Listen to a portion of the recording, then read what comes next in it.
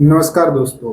आज मैं आपको एक ऐसा किस्सा सुनाने जा रहा हूँ जो रेगिस्तान की सुनहरी रेत पर लिखा गया है।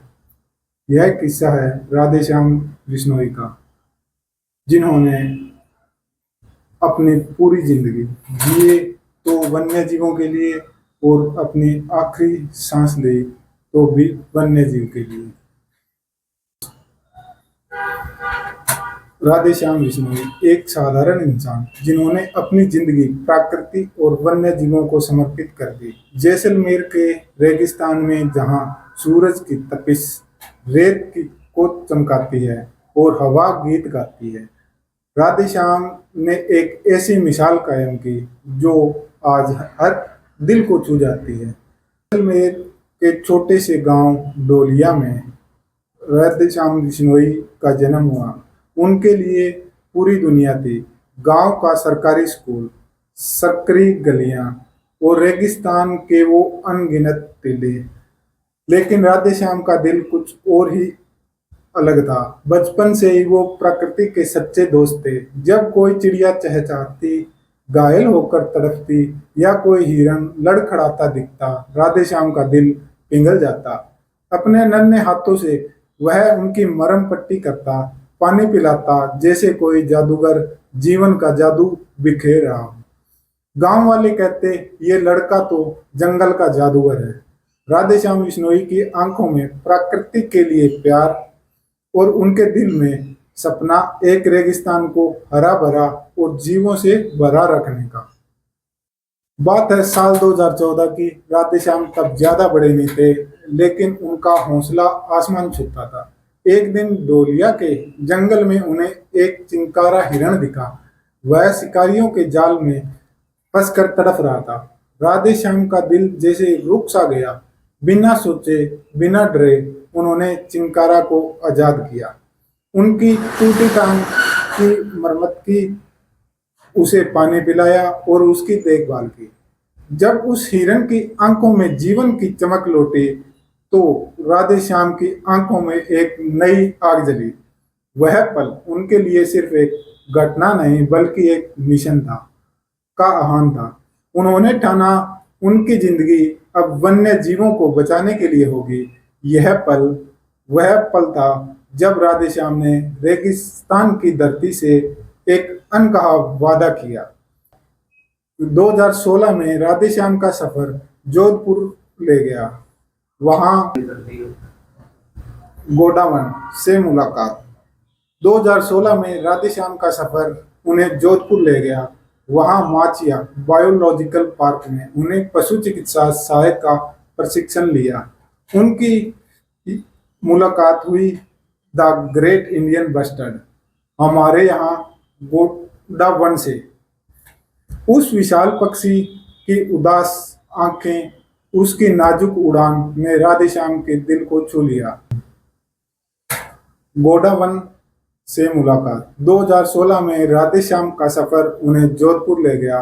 वहां माचिया बायोलॉजिकल पार्क में उन्हें पशु चिकित्सा सहायक का प्रशिक्षण लिया। यहीं उनकी मुलाकात हुई द ग्रेट इंडियन बर्ड्स, जिसे हमारे यहाँ स्थानीय भाषा में गोडावन के नाम से जाना जाता है। उस विशाल पक्षी की उदास आंखें, उसकी नाजुक उड़ान ने राधेश्याम के दिल को छू लिया। गोडावन जो विलुप्त के कगार पर खड़ा था, अब उसके जीवन का मकसद बन गया। डॉक्टर सरवन सिंह के साथ 2 सप्ताह के प्रशिक्षण में राधेश्याम ने चिंकारा, नीलगाय और पक्षियों की देखभाल का हुनर सीखा। यह प्रशिक्षण उनके लिए सिर्फ सीख नहीं थी बल्कि एक जुनून था। वह सोचते, अगर गोडावन नहीं बचे तो रेगिस्तान की आत्मा अधूरी रह जाएगी। राधेश्याम का जुनून अब रेगिस्तान में नई कहानियां लिख रहा था। एक दिन उनके गांव में एक प्यासा हिरन पहुंचा। उनकी आंखों में पानी की तलाश ने राधेश्याम को जंग जोर दिया। रेगिस्तान की तपती धरती पर पानी की कमी जानलेवा थी। राधेश्याम ने फैसला किया कि वह रेगिस्तान में जीवन की धारा बहाएंगे। पोखरण के वन्य जीव क्षेत्रों में उन्होंने अपने हाथों से 100 से ज्यादा पानी की पौधे बनाए, जिन्हें हम देसी भाषा में गड्ढा कह देते हैं, जिनमें 10,000 लीटर पानी समा सकता था। शुरुआत में के दिनों में वह अकेले ही टैंकर लेकर रेत के समंदर में निकल पड़ते थे। धीरे धीरे गांव के अन्य युवा उनके साथ जुड़ गए। ये हौद सिर्फ पानी के गड्ढे नहीं थे, ये राधेश्याम की करुणा के आंसू जो रेगिस्तान में जीवन बनकर बसे।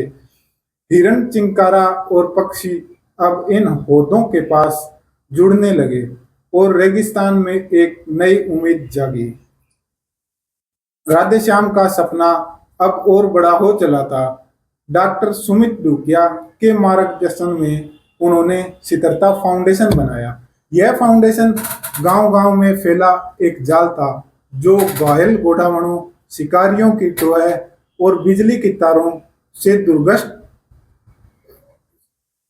तारों से होने वाली दुर्घटनाओं की खबर तुरंत उन तक पहुंचाता था। राधेश्याम की बाइक रेगिस्तान की धूल में दौड़ती थी। वह घायल प्राणियों को जोधपुर या जैसलमेर के रेस्क्यू सेंटर तक पहुंचाते थे। वन विभाग के लिए वह एक भरोसेमंद दोस्त बन गए। उनकी नज़र हर उस प्राणी पर थी जो रेगिस्तान की गोद में सांस लेता था।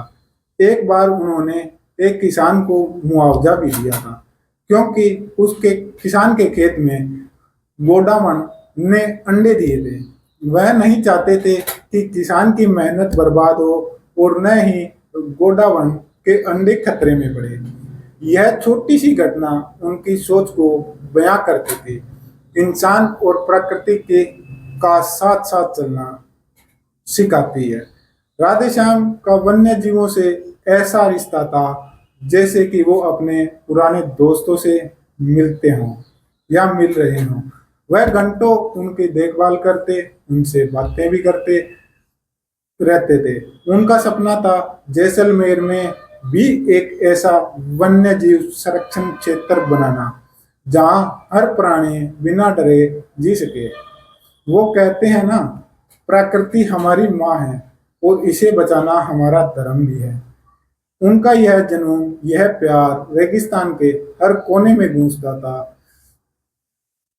लेकिन दोस्तों, हर महान कहानी का अंत दुख भरा ही होता है। 24 मई 2025 का वह दिन, जिस दिन रेगिस्तान के लिए काला दिन माना जाता है। राधेश्याम वन रक्षक सुरेंद्र चौधरी, सेवानिवृत्त सैनिक श्यामलाल बिश्नोई और संरक्षण कार्यकर्ता कंवरराज सिंह बडारिया के साथ लाठी के जंगली क्षेत्र में शिकारियों की सूचना की जांच करने के लिए निकले थे। रास्ते में एक ट्रक ने अचानक उनकी गाड़ी को टक्कर मार दी। उस भयानक हादसे में रेगिस्तान ने अपने 4 सपूतों को खो दिया। राधेश्याम ने अंतिम सांस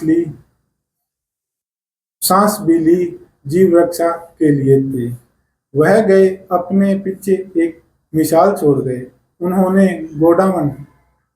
उन्हें गोडावण मैन ऑफ इंडिया भी कहा जाता है। अखिल भारतीय बिश्नोई महासभा ने उन्हें जिला अध्यक्ष बनाया था और century India young naturalist award से उनकी मेहनत को सलाम किया। राधेश्याम अब हमारे बीच नहीं रहे, लेकिन उनकी कहानी रेगिस्तान की रेत में बिखरे उन निशानों में जिंदा है। हर गोडावण की उड़ान, हर हिरन की दौड़, हर होद का पानी चीख चीख कर कहता है, राधेश्याम बिश्नोई तुम अमर हो। उनका बनाया नेटवर्क आज भी गोडावण की खबरों में मिलता है। उनकी होद में पानी भरा जाता है। उनके सपनों को पूरा करने के लिए युवा आगे बढ़ रहे हैं। राधेश्याम की कहानी हमें सिखाती है कि प्रेम और समर्पण से दुनिया बदली जा सकती है। तो दोस्तों, राधे श्याम की यह कहानी हमें प्रेरित करती है कि हम भी अपने आसपास की प्रकृति को बचाने के लिए एक छोटा सा कदम उठाएं। क्या पता आपका एक कदम भी किसी गोडाउन की उड़ान बन जाए। यह कहानी अपने दोस्तों के साथ शेयर करें और कमेंट में बताएं कि राधे श्याम की कहानी ने आपको कैसे प्रेरित किया। धन्यवाद।